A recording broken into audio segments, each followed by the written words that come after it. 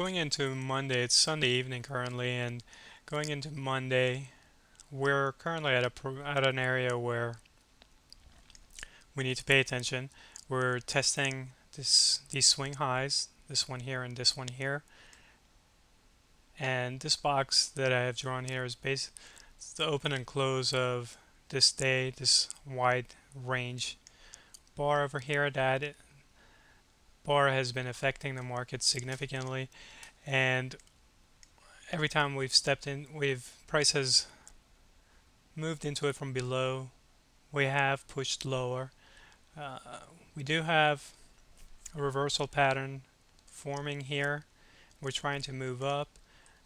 At the same time, we have a reversal pattern forming here, trying to push down, and this is why this is the main reason why the market has gone into, technically speaking, these are the signs of these are the technical reasons for the congestion that we've had, or the narrow range trading that we've had. So we're no longer in a trend right now. Currently we are ranging. So either price is going to move above this point here and go higher, or we're going to come back and test these lows. For the sake of moral for the sake of everybody's psychology and how they're worried about the economy, hopefully we don't come back down here. But for traders, it doesn't really make a difference. Okay, so since we're in this area here, it would make sense to pay attention on opening into going into Monday tomorrow. Pay attention to how the markets unfold in the morning.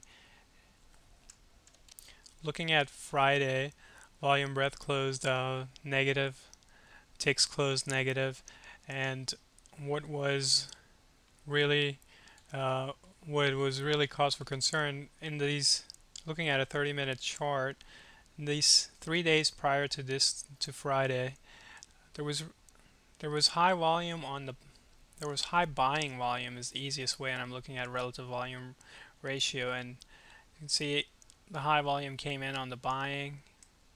This next day, same thing, came in on the rallies. High volume came in during the Philly Fed index and pushed the market higher. And prior to that, we had gapped up. We were just trending nicely with very low relative volume. As you can see on Friday, on very high volume and relative volume, this is just a volume indicator here. And by the way, this one here and this one here are two different settings, because the Zuna volume has three indicators, or three different modes, so it's three indicators in one. When I run it on anything higher than 5 minutes, I'll choose another mode. So this is a different mode than this one here.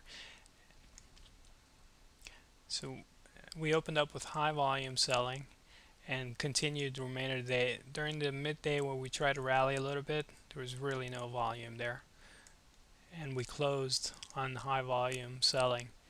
A volume index is bearish. It's on a 30-minute chart, and if you look at it on a lower interval chart, each time we try to move above the volume index weight, which is this line here, we failed and moved lower. So there was a lot of bearish activity.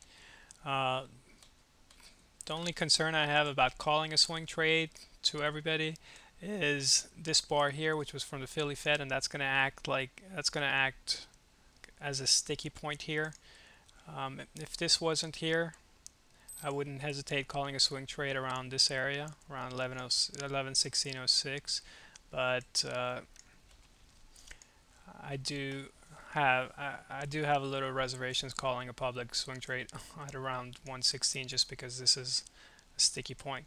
So what I would suggest is tomorrow, as the markets open up, pay attention to volume breadth. If it flatlines below 80, there's an extreme possibility that we'll have a downtrend day. If you're day trading tomorrow, take advantage of that, as well as if you want to put on a swing trade tomorrow, if we begin to push below this zone, Look for swing trades, potential swing trades. Ideally, if we push below it and come back to it, try to fade the low of this box here.